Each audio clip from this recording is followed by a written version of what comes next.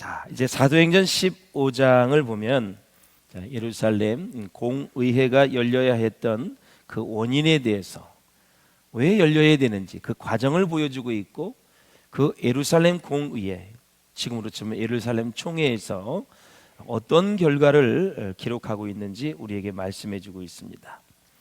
자, 초대교회에서 발생했던 내적인 문제가 여러 가지가 있는데, 그 문제 중에서 대표적인 것이 무엇이냐고 하냐면 바로 율법주의였습니다. 나라를 지키는 국수 참 좋습니다. 국수주의는 우리는 지향해야 되지요. 민족을 사랑하는 건 좋습니다. 민족주의 너무 깊이 빠져들고 탈선을 하게 되면 나중에 문제가 심각해져요. 백성이 주인은 민주주의 좋습니다. 단점을 잘 보완해야 됩니다.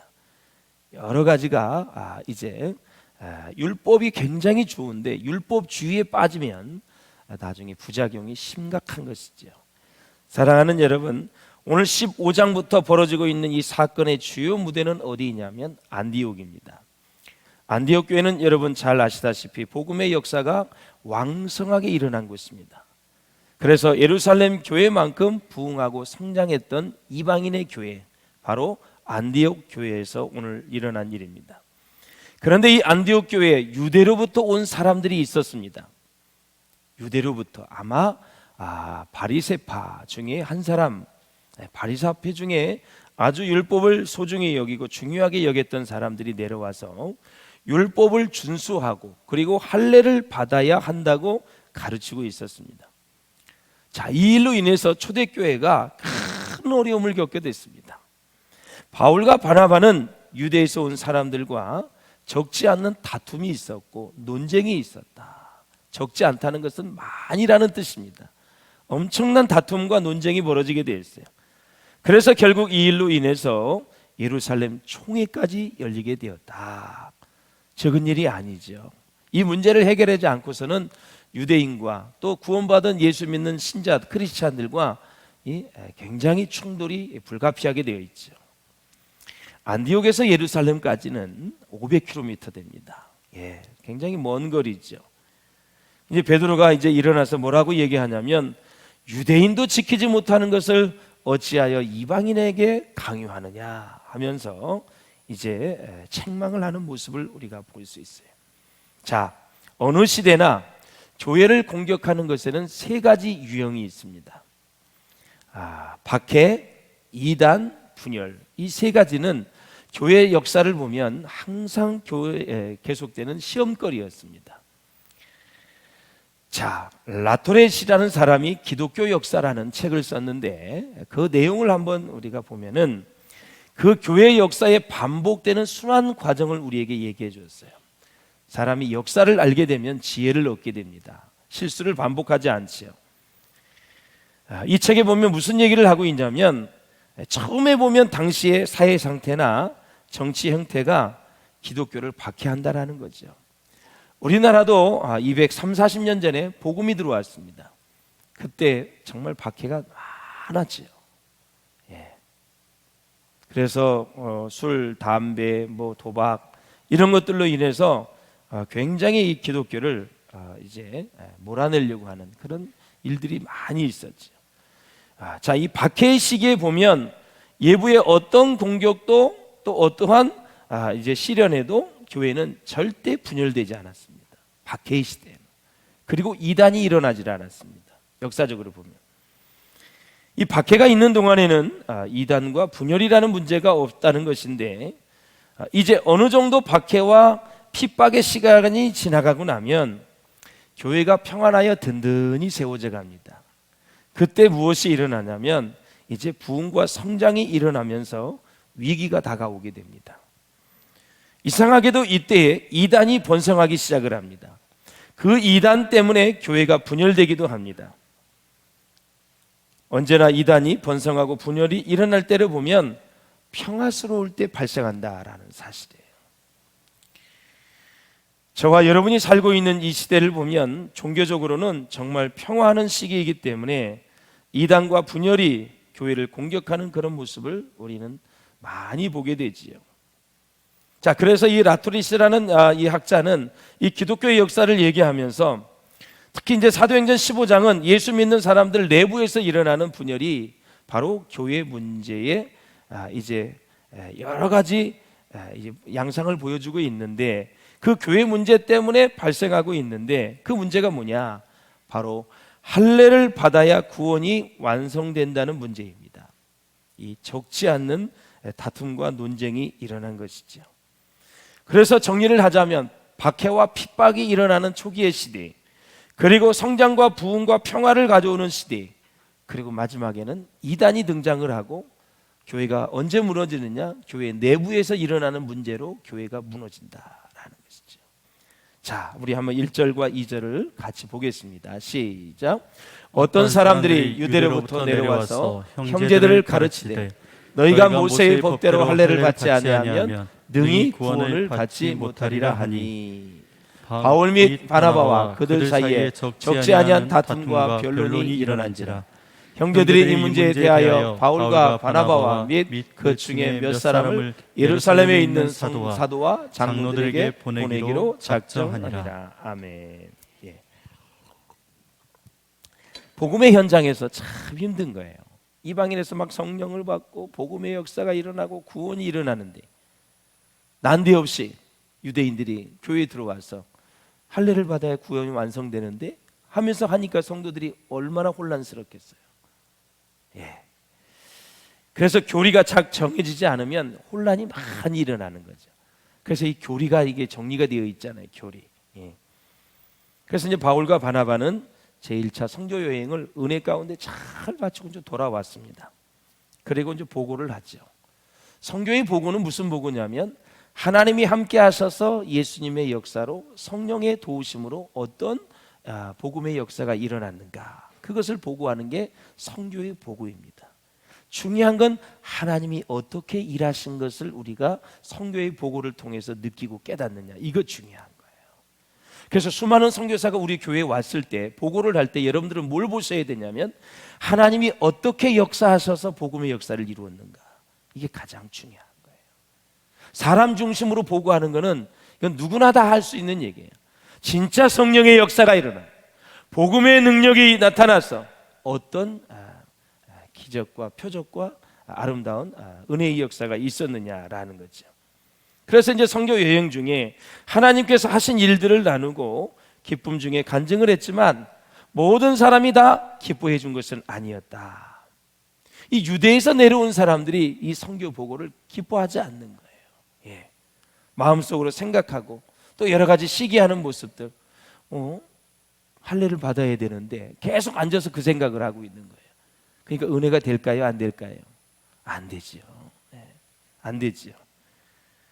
자, 복음의 역사와 성령의 불로 이 놀라운 구원이 이방인에게도 일어났는데, 유대인들은 그 놀라운 부흥의 복음의 역사와 성령의 역사에 불을 끄는 소방수 역할을 하는 거예요. 자, 이렇게 사탄은 복음이 선포되고 성령의 역사가 일어날 때, 특히 교회가 부흥을 할 때 언제나 비본질적인 것으로 다투게 만듭니다. 그리고 불필요한 전통, 문화, 교리를 가지고 싸우고 다투게 만들어서 논쟁에 휘말리게 만든다라는 거죠. 자, 우리 한번 아까 2절을 봤는데 2절을 다시 한번 읽어보겠습니다. 시작. 바울 및 바나바와 그들 사이에 적지 않은 다툼과 변론이 일어난지라. 형제들이 이 문제에 대하여 바울과 바나바와 및 그 중에 몇 사람을 예루살렘에 있는 사도와 장로들에게 보내기로 작정하니라. 아멘. 네. 자, 예루살렘에서 온 교사들은 이제 안디옥 교회에 와서 이제 충격을 받게 돼요. 자, 유대인들이 생각하기에 이방인들을 어떻게 보았냐면 개돼지로 본 거예요. 얼마나 무시했는지 몰라요. 예. 그런데 그 이방인들이 지금 성령의 역사를 경험하고, 그리고 예수님을 영접해서 구원을 받는 역사가 막 일어나는 거예요. 이게 얼마나 기쁘고 좋은 일입니까? 얼마나 하나님이 기뻐하시는 일이에요. 그런데 이 유대에서 온 사람들이 안디옥에서 이방인들이 예수 믿고 또 성령 받고 또 구원을 받는 것도 좋지만, 거기에다 꼭 할례를 받아야 구원이 완성된다는 주장을 하고 있는 거예요. 자, 그렇다면 유대인들의 주장이 어디서 근거하는 것인지 한번 할례에 대해서 쫙 보고, 이 할례가 어떻게 세례에 통해서 완성이 되고, 또 할례의 마침이 왜 예수 그리스도인지 여러분들이 이제 말씀을 통해서 같이 보도록 하겠습니다. 자, 먼저 창세기 17장 10절을 같이 읽겠습니다. 시작. 너희 중 남자는 다 할례를 받으라. 이것이 나와 너희와 너희 후손 사이에 지킬 내 언약이니라. 아멘. 자, 할례는 하나님이 만들어 주신 제도였습니다. 예. 하나님께서 언약을 사람의 살에다 표시한 것입니다. 그래서 너는 내 백성이다. 나는 너와 언약을 맺었다. 너는 내 백성이 될 것이다. 너는 나를 의지하고 살아라. 이런 의미로 하나님이 할례를 주신 것입니다. 자, 어느 날 이제 하나님이 아브라함에게 내가 너를 모든 민족의 아버지로, 열국의 아버지로 만들어 주시겠다 말씀하시고, 또 수많은 별들을 가리고 바닷가의 모래수를 가리키면서 네 자손이 이와 같이 번창할 것이다. 하나님이 말씀을 하십니다. 이에 대해서 아브라함이 하나님이 주신 말씀을 믿음에 그의 믿음을 의로 여기셨다. 이 창세기 15장은 그래서 엄청 중요한 장이에요, 여러분. 예.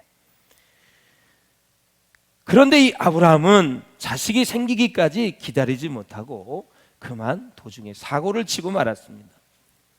사람이 믿음이 여러분 이제 있다가 없어지게 되면 꼭 사고를 치게 돼 있어요. 가다가 사고를 칩니다. 예. 여러분의 믿음이 계속 여러분 성장하시기를 주의 이름으로 축원합니다. 끝까지 약속을 믿지 못한 아브라함에게 하나님이 화가 났습니다. 그래서 이스마엘이 태어난 이후부터 성경에 보면 13년 동안 하나님은 아브라함에게 나타나지 않습니다.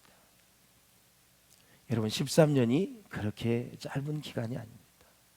태어나서 13년이면 초등학교나 중학교 1학년이 될 때까지입니다. 그때까지 아들을 준다고 말씀하셨던 하나님이 아브라함이 인간적인 생각을 가지고 도중하차하니까 이스마엘을 가지고 막 재미있게 사니까 하나님이 절대 나타나질 않았어요. 14년. 내 나이가 이제 99세가 됐습니다. 아브라함이 또 나타납니다. 자, 화가 난 하나님이 다시 나타나는데, 나타나서 처음 하신 말씀을 한번 보시기를 바랍니다. 뭐라 그랬어요? 나는 전능한 하나님이라 이놈아. 내가 준다면 주는 거지 왜 못 껴드리냐 이거지. 나는 전능한 하나님이라. 그때 아브라함이 바짝 엎드려서 하나님 앞에 나아가죠. 그리고 하나님께서 다시 말씀하십니다. 무슨 말씀을 하셨을까요? 너희 집안과 모든 종들까지 이방인의 객이라도 남자는 다 무엇을 받으라? 할례를 받으라. 예. 내일 이맘때쯤에 너에게 아들이 있을 것이다. 바로 99세에 나타나셔서 말씀하신 거예요. 그러면 75세의 부름을 받아 99세까지 왔어요. 몇 년입니까? 99 마이너스 75를 하면 얼마예요? 예. 거기에서 또 13년을 빼보세요. 불과 12년. 그거밖에 하나님과 교제한 게 없는 거예요. 이렇게 연약한 존재가 아브라함입니다. 그런데 이런 사람을 하나님이 믿음의 조상으로 만들어주신 하나님이 위대하죠. 75세의 부름을 받아서 99세에 내년 이맘때에 아들이라 있으라 말씀하셨고 1년이 지난 바로 그때에 100세의 아들을 얻게 된다라는 거죠. 자, 할례를 받으라고 이제 말씀을 하시는데, 이 할례 받은 표가 있는 사람들은 하나님의 백성이라는 자부심이 있었습니다. 이스라엘 백성들은 애굽에서 나와 광야 생활을 하면서 하나님께 불순종하고 범죄를 했습니다. 그래서 여러분, 광야 40년 동안에는 할례를 행한 적이 없습니다. 그러니 유월절 잔치도 할 수가 없지요. 그런데 그들이 광야를 떠나서 요단강에 들어가게 되지요. 그리고 나서 가나안 땅 여리고성 앞에 있을 때 다시 하나님께서 말씀하십니다. 다시 내 자녀들에게 할례를 베풀어라. 이것이 무엇입니까, 여러분? 하나님께서 그들에게서 수치를 제거하시고 하나님의 약속을 회복시킨다는 사인이거든요. 할례를 행했으니까 바로 들어가서 여호수아를 중심으로 해서 유월절 잔치를 했어요. 왜냐하면 할례를 받은 자만이 유월절 잔치를 베풀 수 있기 때문에 그렇습니다. 유월절 잔치를 통해서 죽음과 모든 사단의 세력을 이기는 하나님의 승리를 경험하는 것입니다. 그래서 할례는 하나님의 은혜와 도움으로 살아간다는 것을 약속하고 또 약속을 받는 것이 할례입니다. 아브라함 때가 지나고 모세 때가 지나면서 사람들은 이 할례를 율법으로 바꾸었습니다. 자, 그 내용에는 깊은 관심이 없고 하나님을 신뢰하는 것과 상관없이 할례를 그저 형식적으로 취했습니다. 그러니까 할례만 행하면 나는 이스라엘 민족이야, 하나님의 선택한 백성이야, 이렇게 생각을 해요. 알맹이는 하나도 없이. 결국 그런 모습이 초대교회까지 전에게 내려오게 되어서 할례를 받지 않으면 구원이 없다고 말하는 지경까지 오게 되었다라는 것입니다. 그래서 히브리서 저자는 할례를 받은 이후에 아브라함이 죽은 몸 같은 데서 약속의 자녀를 받았다고 말을 하고 있습니다. 그렇다면 죽은 몸 같은 이 몸이라는 것은, 이 표현은 무슨 표현일까요? 많이 늙었다는 육체적인 의미가 아니라 죽은 몸에서 났다라는 이 말은 할례를 행한 후에 이삭을 낳았다, 그 뜻입니다. 그러니까 할례는 완전한 끊어짐이고 완전한 죽음을 상징하는 것입니다. 그래서 본문에 나오는 할례를 주장하는 사람들은 끝까지 할례를 받아야 한다는 것입니다. 할례를 행한 아브라함은 상징적으로는 죽은 사람, 죽은 몸입니다. 다시 말씀을 드리면 할례는 자아가 십자가에 완전히 못 박히는 그런 사건이다라는 것입니다. 자아가 십자가에 완전히 못 박히는 사건이다. 이 할례가 신약에서는 그래서 세례로 바뀌는 것입니다. 그래서 옛것은 죽었다는 것이죠. 그리고 예수 그리스도 안에서 새로운 생명으로 거듭난다라는 뜻입니다. 정리하자면 할례는 하나님 앞에서 죽었다, 그 뜻입니다. 근데 그건 죽지 않고 단지 남자의 성기에 포표만 벗겨내서 하나님의 백성이라는 이 말은 맞지 않는다라는 뜻이죠. 죽어야 된다는 거죠. 이러한 깊은 내용은 없어버린 채, 다 잃어버린 채 유대인들은 형식만 붙잡고 할례의 본질을 다 잃어버린 것입니다. 할례를 행해야만 참된 이스라엘 백성이 될 수 있고 구별된 민족이라고 잘못 생각하고 있었던 것입니다. 정말 구약시대에는 할례가 의미가 있었지요. 그러나 여러분, 예수님께서 우리 죄를 위해 십자가에 돌아가시고 부활하신 후에는 이 할례의 의미가 없어졌습니다. 왜냐하면 예수 그리스도께서 할례의 마침이 되셨기 때문에 그랬습니다. 그래서 이방인들이 예수 믿고 구원받았잖아요. 그런데 왜 할례가 필요해요?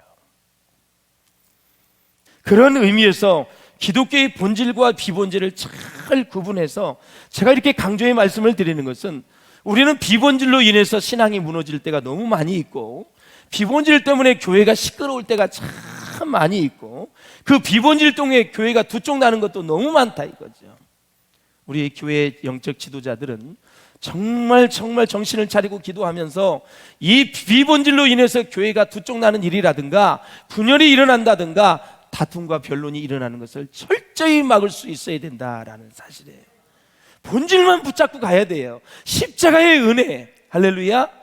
하나님이 우리를 사랑하신 그 사랑하심, 이 땅에 예수 그리스도를 보내주신 그 놀라운 아들, 그 예수 그리스도의 피 묻은 사랑, 그것만 꽉 붙잡고 가야 된다라는 거죠.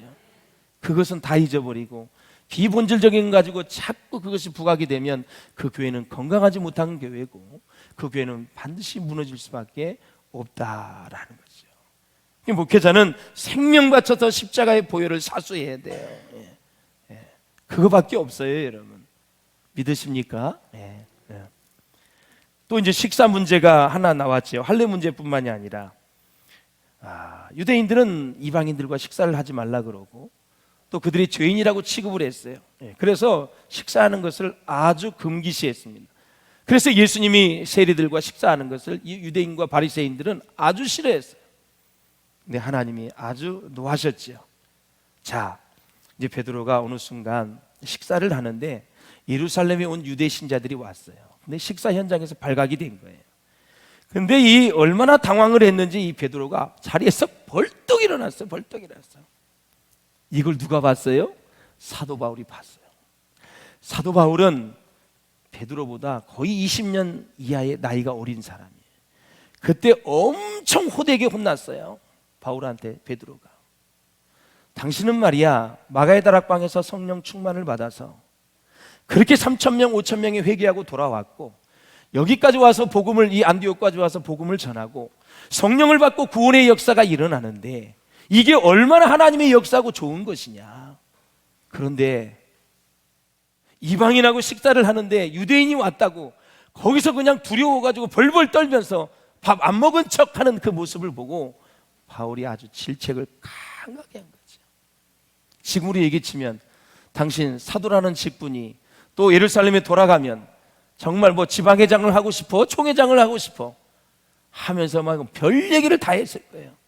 왜 그 눈치를 보느냐. 우리는 예수의 피로 구원받아 하나님의 자녀되고 예수를 영접하면 하나님의 자녀가 되는데 왜 그 할례 문제 가지고 식사 문제 가지고 눈치를 보면서 그렇게 떳떳하게 행동을 못하느냐 하면서 바울이 그렇게 호되게 야단을 쳤어요. 그러면서 우리 에베소서 2장 1절을 보세요. 그는 허물과 죄로 죽었던 너희를 뭐했다? 살리셨다 이거죠. 3절에 보면 우리는 본질상 진노의 자녀였다. 근데 우리는 어떻게 됐냐? 4절 5절에 보면 긍휼이 풍성하신 하나님께서 우리를 사랑하신 그 큰 사랑을 인하여 허물로 죽은 우리를 그리스도와 함께 살리셨다라는 이 놀라운 복음을 전하면서 구원의 역사를 이루면서 왜 유대인들 바리새인들의 눈치를 보느냐라는 거죠. 사랑하는 여러분, 하나님의 사랑에는 정말 어떤 조건이 없습니다. 긍휼이 풍성하신 그 하나님께서 우리를 정말 구원해 주셨는데 믿음을 통해서 구원해 주셨지요. 우리 에베소서 한번 꼭 읽어보겠습니다. 2장 8절 9절입니다. 시작. 너희는 그 은혜에 의하여 믿음으로 말미암아 구원을 받았으니 이것은 너희에게서 난 것이 아니요 하나님의 선물이라. 행위에서 난 것이 아니니 이는 누구든지 자랑하지 못하게 함이라. 아멘. 믿음으로 말미암아 구원을 얻었는데 그 믿음도 하나님의 은혜의 선물이다. 사랑하는 여러분, 제 말씀을 정리하려고 합니다. 정말 우리가 값없이 구원을 받은 것을 잘 깊이 깨닫게 되면 우리에게는 자랑할 것이 아무것도 없습니다. 하나님 나라 갈 때까지 꼭 잊어서는 아니 될 것입니다. 복음의 십자가의 은혜를 깨닫게 되면 십자가의 진정한 의미를 알게 되면 우리 속에는 아무것도 자랑할 것이 없습니다. 모든 것은 다 하나님께로부터 왔습니다. 믿습니까 여러분? 그래서 우리는 겸손하게 주님 앞에 살아가야 될 것이고 유대인들은 이방인을 얼마나 차별했는지 모릅니다. 여러분 이 식사 사건에서도 보았지만 개 돼지로 보았던 이 유대인들이 이방인들을 그렇게 무시하고 차별을 했어요. 우리는 배운 사람이든 못 배운 사람이든 부자와 가난한 사람이든 잘난 사람이든 못난 사람이든 다 우리는 예수님 안에서 하나가 되어져서 하나님의 자녀가 되었다는 사실을 잊어서는 아니 될 것입니다. 그러므로 사랑하는 여러분, 우리가 정말 본질 비본질을 잘 구분을 해서 정말 믿음이 얼마나 우리에게 소중한 것인가 깨닫고 십자가의 사랑을 무장을 하는데 우리 몰트만 신학자가 뭐라고 얘기했는지 한번 읽어보고 마치도록 하겠습니다. 시작. 믿음은 과거에 갇힌 인간의 삶을 미래로 개방케 하는 것이다. 성령에 이끌려 사는 사람의 시간의 축이란 미래로 개방케 하는 것이다. 아멘. 사랑하는 믿음을 가지고 구원을 받았습니다. 성령 충만하여 여러분의 앞길의 미래가 활짝활짝 주 안에서 열려지시기를 주의 이름으로 축원합니다.